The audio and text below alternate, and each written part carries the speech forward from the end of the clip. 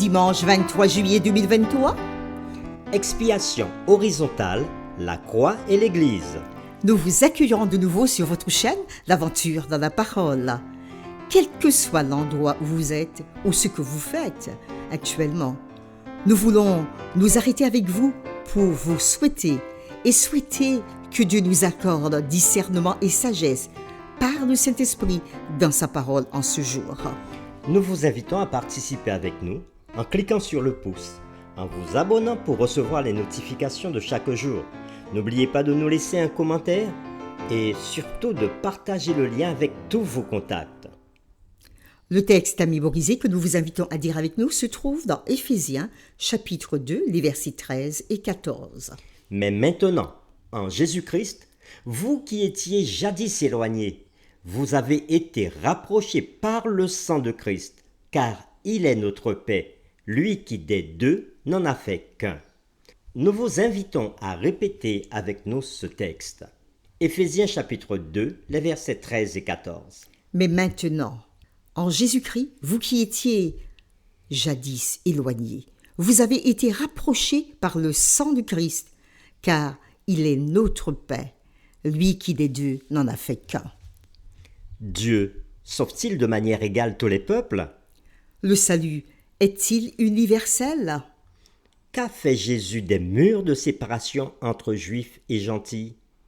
Les réflexions de cette semaine nous aideront à répondre à ces questions et aujourd'hui, nous le ferons avec la séquence Rapprochés en Christ.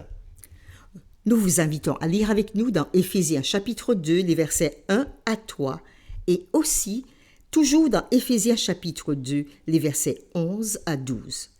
Et nous comparerons la description antérieure de Paul du passé païen de ses destinataires. Et nous répondrons bien sûr à cette question. Qu'est-ce qu'il accentue dans sa nouvelle description de leur passé? Nous lisons Éphésiens chapitre 2, les versets 1 à 3. Vous étiez morts par vos offenses et par vos péchés, dans lesquels vous marchiez autrefois selon le train de ce monde, selon le prince de la puissance de l'air, de l'esprit qui agit maintenant dans les fils de la rébellion. Nous tous aussi, nous étions de leur nombre, et nous vivions autrefois selon les convoitises de notre chair, accomplissant les volontés de notre chair et de nos pensées. Et nous étions, par nature, des enfants de colère comme les autres. Et maintenant dans Éphésiens chapitre 2, les versets 11 et 12. C'est pourquoi, vous, autrefois païens dans la chair, appelés incirconcis par ceux qu'on appelle circoncis, et qui le sont en la chair par la main de l'homme. Souvenez-vous que vous étiez en ce temps-là sans Christ, privés du droit de cité en Israël, étrangers aux alliances de la promesse, sans espérance et sans Dieu dans le monde. Après avoir lu ces deux textes, Éphésiens chapitre 2, les versets 1 à 3, et Éphésiens chapitre 2, les versets 11 et 12, nous devons comparer la description antérieure de Paul du passé païen de ses destinataires. Et nous répondrons à cette question, qu'est-ce qu'il accentue dans sa nouvelle description de leur passé? Les païens qui croyaient en Christ et membres de son corps, qui est l'Église, étaient autrefois totalement séparés d'Israël et du salut que Dieu offrait. Paul juge qu'il est important pour eux de se souvenir, et c'est ce qu'il dit dans Éphésiens chapitre 2, le verset 12, de se passer, se souvenir de ce passé, oui. Ils étaient alors, dit Paul, sans Christ. Oui, Christ loin, le Messie d'Israël. Ils étaient privés du droit de cité en Israël et étrangers aux alliances de la promesse, inconscients des promesses du salut que Dieu avait offert à travers l'histoire du salut.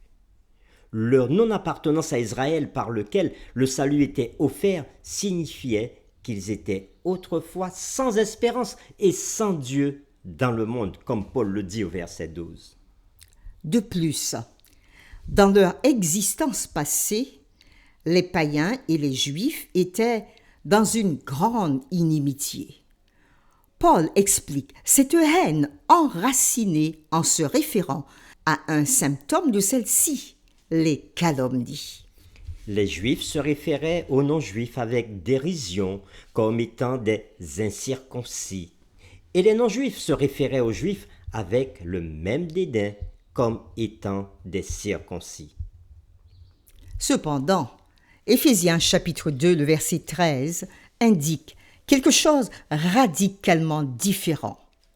Paul écrit « Mais maintenant, en Jésus-Christ, vous qui étiez jadis éloignés, vous avez été rapprochés par le sang de Christ. » Quand Paul décrit les croyants non-juifs comme étant autrefois éloignés, il emprunte les mots d'Ésaïe 57, verset 19. « Paix, paix à celui qui est loin et à celui qui est près, dit l'Éternel. Je les guérirai. » Et dans Éphésiens chapitre 2, verset 17 à 18, Paul dit ceci. « Il est venu annoncer la paix à vous qui étiez loin, et la paix à ceux qui étaient près. Car par lui, nous avons les uns et les autres accès auprès du Père dans un même esprit. » Oui, en Christ et par sa croix, les croyants non-juifs avaient été rapprochés de tous ceux dont ils étaient séparés, de Dieu, de l'espérance de leurs frères et sœurs juifs. La très bonne nouvelle, sous-entendue par la description de Paul, est celle-ci. La croix de Christ peut combler le grand abîme entre juifs et non-juifs. Et cela signifie que toutes nos querelles et nos divisions peuvent y être résolues. Cette bonne nouvelle nous invite à considérer les divisions qui existent dans nos vies et dans l'Église et à méditer sur la puissance de la croix pour les surmonter. Puissance de l'Évangile dans nos vies, dans nos familles, dans nos communautés, dans nos lieux de travail. Puissance de Christ pour rapprocher tout ce qui était séparé. Pour terminer, nous vous invitons à réfléchir avec nous à ces questions. La première, de quelles conditions Jésus vous a-t-il racheté? Deuxièmement, pourquoi serait-il important pour vous et pour moi de vous rappeler avec une certaine régularité de là où vous étiez quand Jésus-Christ vous avait trouvé et de là où vous pourriez être actuellement et moi aussi s'il ne vous avait pas sauvé? Nous vous invitons à prier avec nous. Dieu notre Père, nous te louons parce que tu es Dieu et tu es amour. Ton amour s'est manifesté puissamment à travers le sacrifice de Jésus à la croix. Comme nous l'avons vu aujourd'hui, la séparation entre juifs et non-juifs était immense. Les juifs disaient qu'ils étaient sauvés parce qu'ils étaient circoncis et ils se moquaient de ceux qui ne l'étaient pas. Les païens se moquaient des juifs parce qu'ils étaient circoncis. Oui, la division était grande.